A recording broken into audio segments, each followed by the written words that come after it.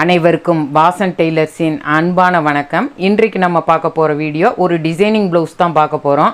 இதுதான் அந்த ஃபேன்சி சாரீ. இந்த க்ரீன் கலர் தான் பார்டரு. சாரியில் கொடுத்த ப்ளவுஸ் இதுதான். இதுக்கு நம்ம இந்த ஃபேண்டா கலர் துணி 40 பாயிண்ட் எடுத்திருக்கோம். இதில் நம்ம கலந்து தைக்கிறதுக்கு லைனிங் 1 மீட்டர் எடுத்திருக்கோம். இப்போ இந்த ப்ளவுஸுக்கு எப்படி டிசைன் பண்ணுறது அப்படிங்கிறத இப்போ பார்ப்போம்.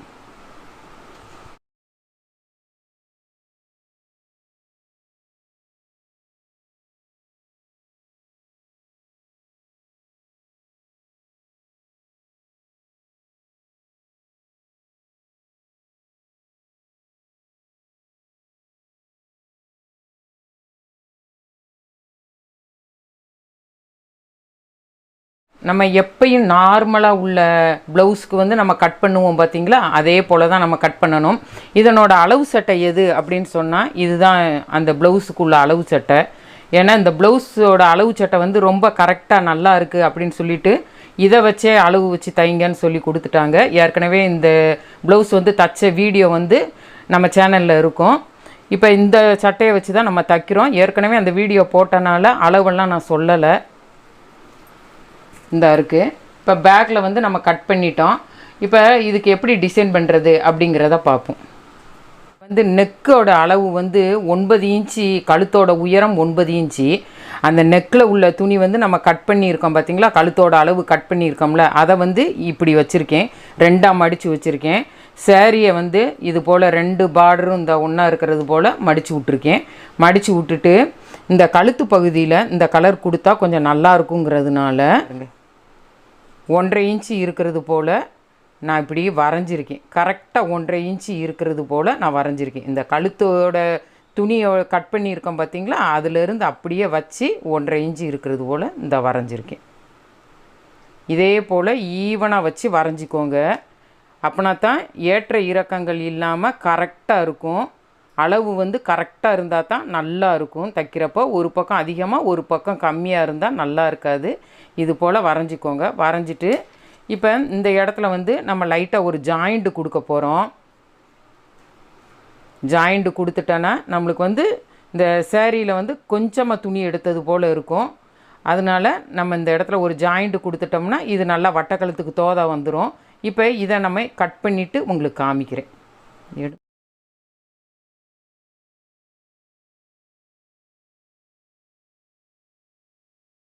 இந்த 1.5 இன்ச்சு இருக்கிறது போல் நம்ம வரைஞ்சிருக்கோம் பார்த்தீங்களா, அதை இப்போ நம்ம கட் பண்ணுறோம்.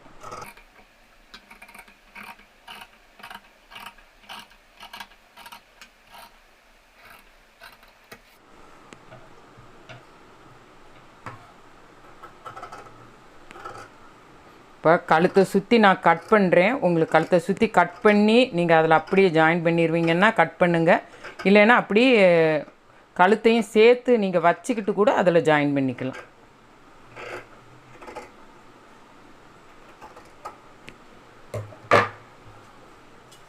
இப்போ இதை கட் பண்ணிட்டோம். இந்த இருக்குது பாருங்கள். இதை வச்சு தைக்கையில் இது போல் நம்ம வச்சு தைக்கணும். இந்த இருக்குது. நம்ம கேன்வாஸ் வேணும்னாலும் கேன்வாஸ் வச்சுக்கிடலாம். அடியில் லைனிங் வேணும்னு நீங்கள் நினச்சிங்களாலும் லைனிங்கு கூட வச்சு தைக்கலாம். எதுனாலும் நம்ம விருப்பம்தான்.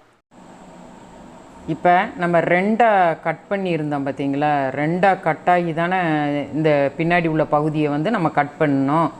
அப்படின்னா தான் நம்மளுக்கு துணி கம்மியாக எடுக்கலாம். அதுக்காகத்தான் அந்த மாதிரி எடுத்துருக்கோம். இப்போ அதை நம்ம ஜாயின் பண்ணுறோம். 2 தையல் போட்டு நம்ம ஜாயின் பண்ணிக்கிறோம்.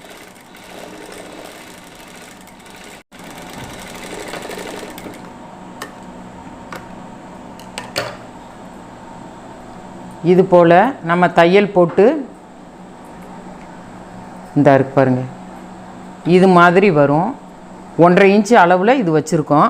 இதுக்கு நான் துணி தான் எடுத்திருக்கேன். அடியில் கொடுக்க கேன்வாஸ் கொடுக்கலை. எதுனாலும் கொடுத்துக்கலாம். கழுத்து பகுதி வரும் பார்த்தீங்களா, இந்த கழுத்து பகுதிக்கு அடுத்து 1.5 இன்ச்சு வச்சு நம்ம கட் பண்ணோம்ல, கழுத்து பகுதி அப்படியே இருக்கட்டும். ஏன்னா நம்ம கழுத்து பகுதியில் பைப்பிங் கொடுத்துக்கிடலாம். கழுத்து பகுதிக்கு வெளியே இந்த பக்கம் வரும் பார்த்தீங்களா, அதை நம்ம ஜாயிண்ட்டு கொடுக்குறோம். இதில் பின்னாடி உள்ள பகுதியும் பின்னாடி உள்ள பகுதியில் தையல் விழுறாப்பில் தைக்கிறோம். தைச்சி இதை திருப்பி உடையில் இந்த நல்ல பக்கம் வர்ற மாதிரி நம்ம இதை தைக்கணும். 1/4 இன்ச்சு இருக்கிறது போல் நம்ம ஒரு தையல் போடுறோம். இந்த இடத்துல நீங்கள் பைப்பிங் கொடுக்கணும்னு நினச்சா க்ரீன் கலர் பைப்பிங் கூட கொடுக்கலாம், நல்லா அழகாக இருக்கும்.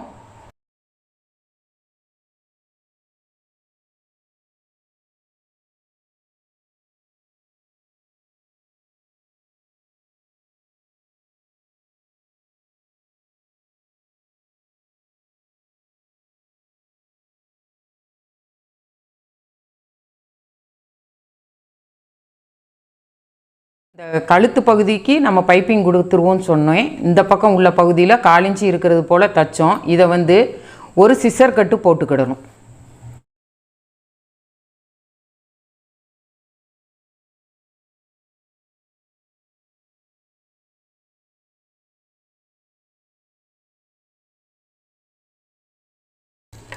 இது போல் நம்ம ஒரு சிசர் கட்டு போட்டு விட்டு இதை அப்படியே திருப்பி விட்டுக்கிடலாம். திருப்பி விட்டு ஒரு பதிவு தையல் போடணும்.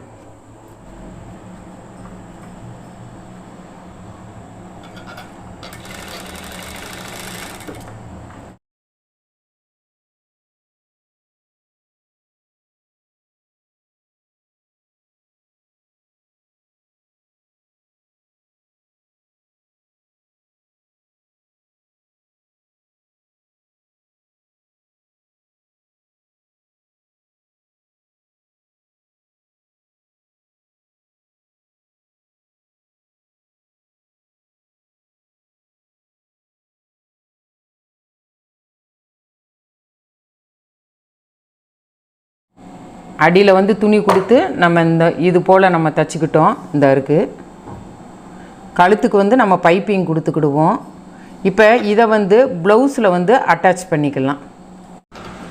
இப்போ அந்த 1/2 இன்ச்சு இருக்கிறது போல் நம்ம கட் பண்ணியிருந்தோம் பார்த்திங்களா, அதை வந்து ப்ளவுஸில் வச்சு அட்டாச் பண்ணுறோம். 1/4 இன்ச்சு இருக்கிறது போல் நம்ம ஒரு தையல் போடுறோம்.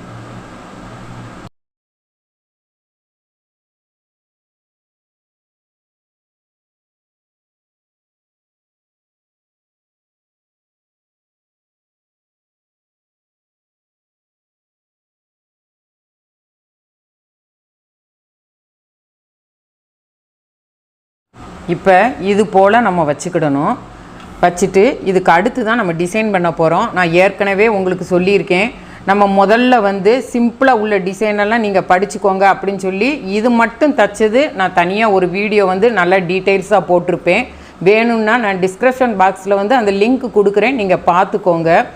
இப்போ இதை தொடுத்து தான் வேறு வேறு டிசைன் வரும், நான் அப்போ சொல்லியிருக்கேன். இப்போ அதைத்தான் நம்ம பண்ண போகிறோம். இப்போ கழுத்தை சுற்றி 1/2 இன்ச்சு இருக்கிறது போல் இந்த மாதிரி நம்ம கொடுத்து முடிச்சிட்டோம்.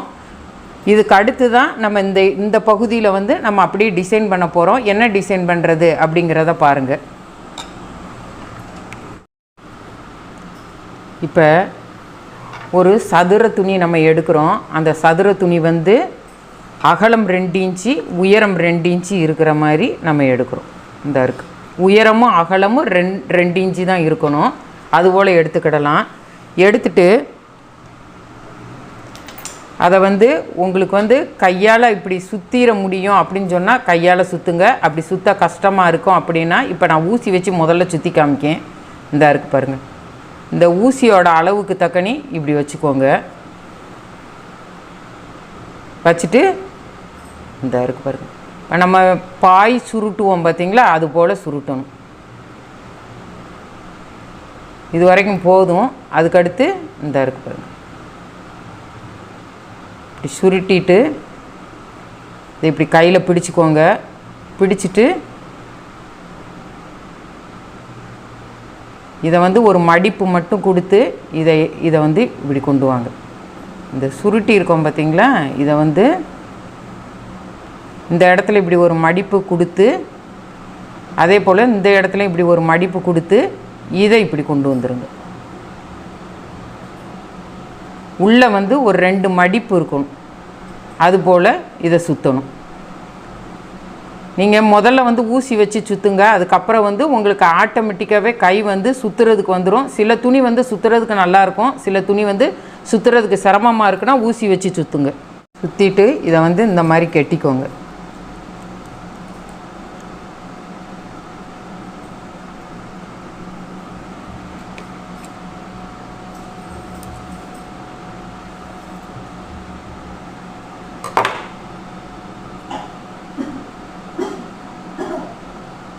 இது போல் வரும்.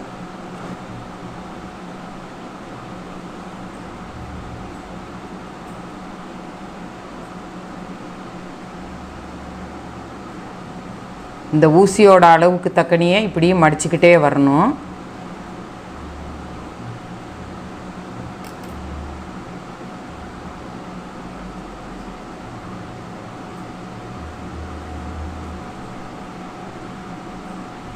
போல் மடிச்சுட்டு இந்த இடத்துல இப்படி கொண்டு வர்றப்ப இப்படி கொண்டு வரணும்.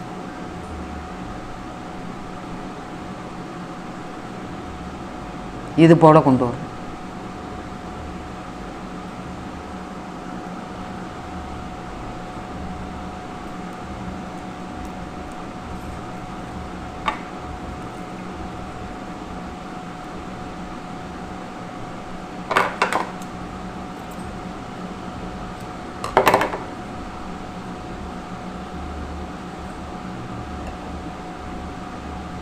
இது போல் சுற்றணும். இதே போல் நான் எல்லாத்தையும் சுற்றிட்டு காமிக்கிறேன். இப்போ இது போல் எல்லாத்தையும் நம்ம ரெடி பண்ணி வச்சுக்கிட்டோம். இந்த அருக்கு பாருங்கள். இப்போ ஒன்று ஒன்றா எப்படி வச்சு தைக்கிறதுன்னு பார்ப்போம். இந்த அருக்கு பார்த்திங்களா, இந்த இது வந்து இது போல் இருக்குது. இதில் வந்து நம்ம எப்படி வச்சு தைக்கிறது அப்படிங்கிறத பார்ப்போம். இப்போ மேலே ஷோல்ட்ரு தையலுக்காக நம்ம இப்போ ஒரு 1/2 இன்ச்சு விட்டுருக்கோம் பார்த்திங்களா, அந்த இடம் அப்படியே இருக்கட்டும். அதுக்கு கீழேருந்து நம்ம வைக்க போகிறோம். வைக்கிறப்ப வந்து நம்மளுக்கு ஏற்ற இறக்கமாக அது வந்துடக்கூடாது, வந்தால் நல்லா இருக்காது. அதனால் நம்ம என்ன செய்கிறோம் அப்படின்னா, இப்போ இந்த 2.5 இன்ச்சு இருக்குது பார்த்திங்களா, அதில் நான் ஒரு 1/2 இன்ச்சு கணக்கு பண்ணி கோடு போட்டுக்கிட்டே இருக்கேன் பாருங்கள். 1/2 இன்ச்சு மட்டும் வெளியே தெரிகிறது போல் நம்ம வைக்க போகிறோம். இந்த அளவை நம்ம கணக்கு பண்ணிக்கிட்டு நம்ம வைக்கணும். ஏன்னா ஏற்ற இறக்கமாக வச்சிட்டோம்னா அந்த இடம் வந்து நம்ம தச்சு முடித்த பிறகு நல்லாவே இருக்காது. அதுக்காகத்தான் இந்த மாதிரி ஒரு 1/2 இன்ச்சு கணக்கு பண்ணி கோடு போட்டுக்கோங்க. கோடு போட்டுட்டு இந்த இருக்கு பாருங்கள், இதை வந்து இப்படி வைக்கணும்.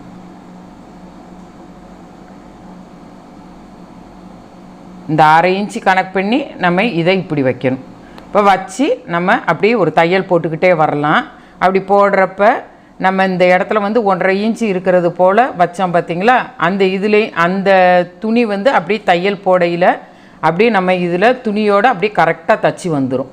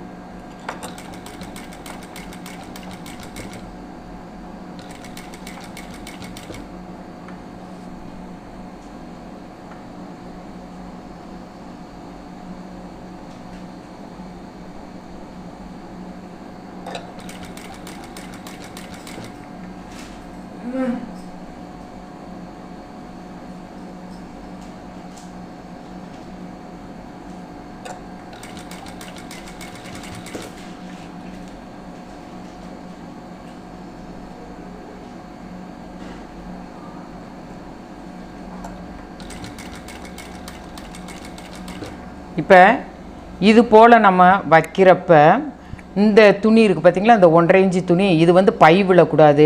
நல்லா நம்ம இந்த இப்படி ப்ரெஸ்ஸிங்கை நம்ம எடுத்து இப்படி ஒன்று போல் வச்சுக்கிட்டே தைக்கணும். இந்த துணி வந்து நம்மளுக்கு பை விழக்கூடாது. நல்லா அப்படி ஒன்று போல் வச்சு இப்படியே தைக்கணும். இதே போல் தான் எல்லாமே தைக்கணும். நான் ஃபுல்லாக உங்களுக்கு தச்சுட்டு காமிக்கிறேன். இப்போ பாருங்கள், கம்ப்ளீட்டாக முடிஞ்சிருச்சு. முடிஞ்ச பிறகு எப்படி இருக்குது அப்படிங்கிறத பாருங்கள். நம்ம வந்து அந்த 1/2 இன்ச்சு ஒரு கோடு போட்டு அந்த 1/2 இன்ச்சை கனெக்ட் பண்ணியே தான் இந்த டிசைனை நம்ம வைக்கணும். அப்படி இல்லை அப்படின்னா ஏற்ற இறக்கங்கள் வந்தால் அது நல்லா இருக்காது. எப்படி வச்சுருக்கேன் அப்படிங்கிறத பாருங்கள். இப்போ இதுக்கு அடுத்து வந்து இந்த டிசைன் வச்சுருக்கோம் பார்த்திங்களா, அதுக்குள்ளே ஒரு பீடு வச்சு நான் தைக்க போகிறேன். வாங்க எப்படி தைக்கிறது அப்படிங்கிறத பார்ப்போம்.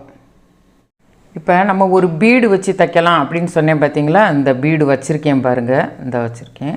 இப்போ இந்த பீடு வைக்கிறப்ப நம்மளுக்கு என்ன ஆகும் அப்படின்னா, இந்த டிசைன் வந்து இந்த இப்படி இருக்குது பார்த்திங்களா, இது வந்து அதுலேயே நம்மளுக்கு பதிஞ்சாப்பில் அப்படி நம்ம தையல் போடுறப்ப நல்லா இப்படி ஒன்று போல் வந்துடும். இப்படி தூக்கி நிற்காது, அப்போ நல்லா ஒன்று போல் பதிஞ்சு நிற்கும். இப்போ எப்படி தைக்கிறதுன்னு பாருங்கள். உங்கள் நார்மலாக நம்ம எம்மிங் போடுற ஊசியில் நூலை 2ஆக கோர்த்துக்கோங்க. கோர்த்துட்டு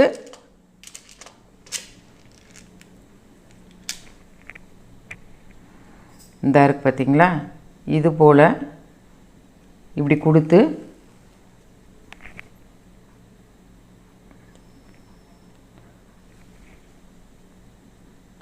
அவ்வளோதான்.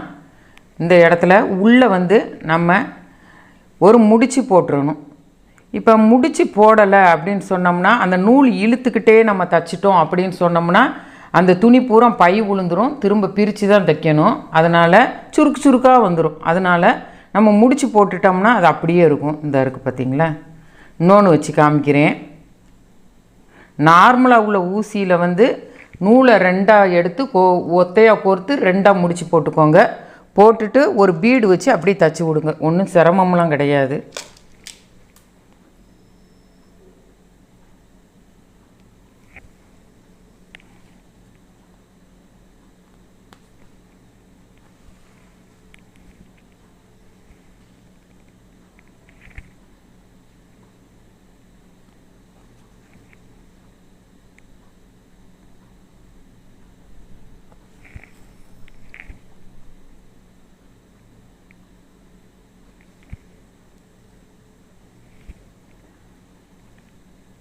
இதே போல் உங்களுக்கு எல்லாத்தையும் நான் வச்சுட்டு காமிக்கிறேன்.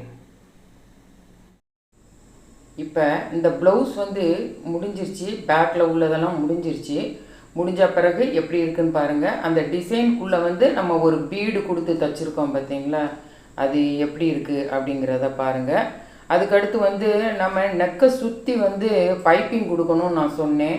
அது வந்து ஃப்ரண்ட்டும் நம்ம சேர்த்தே பைப்பிங் கொடுத்தாச்சு. பேக்கும் ஃப்ரண்ட்டும் சேர்த்து பைப்பிங் கொடுத்தா தான் நல்லா இருக்கும், எல்லாமே கவராகி வரும் அப்படின்னு எப்பயுமே நான் சொல்லியிருக்கேன். அதனால் ஃப்ரண்ட்டும் பேக்கும் சேர்த்தே நான் பைப்பிங் கொடுத்துட்டேன்.